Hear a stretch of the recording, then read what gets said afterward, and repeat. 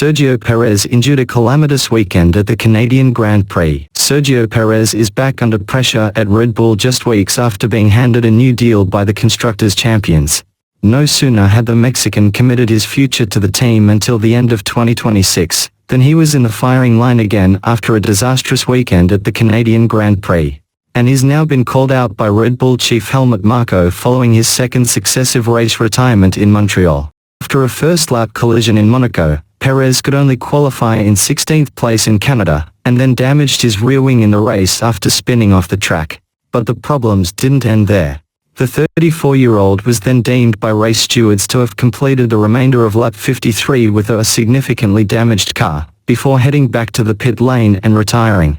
His vehicle duly lost a number of carbon fiber parts on his way back, and the FIA have since taken action.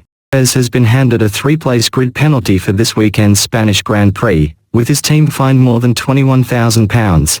Red Bull bosses admitted in the post-race hearing that Perez was acting under orders in a bid to avoid a safety car with teammate Max Verstappen leading. Sure enough, the Dutchman duly went on to take the checkered flag.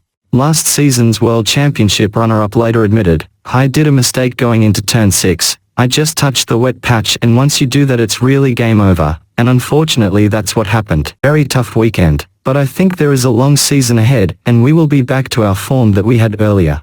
And speaking to OE24, Marko took aim at the Mexican driver's lack of composure last time out, despite his freshly signed deal. But he also backed him to bounce back in the coming weeks with races in Austria, Silverstone, and Hungary. "We extended him because we wanted to bring calm to our team, which unfortunately didn't quite work out. But now Checo has 3 races on 3 real racetracks ahead of him, so he can prove himself."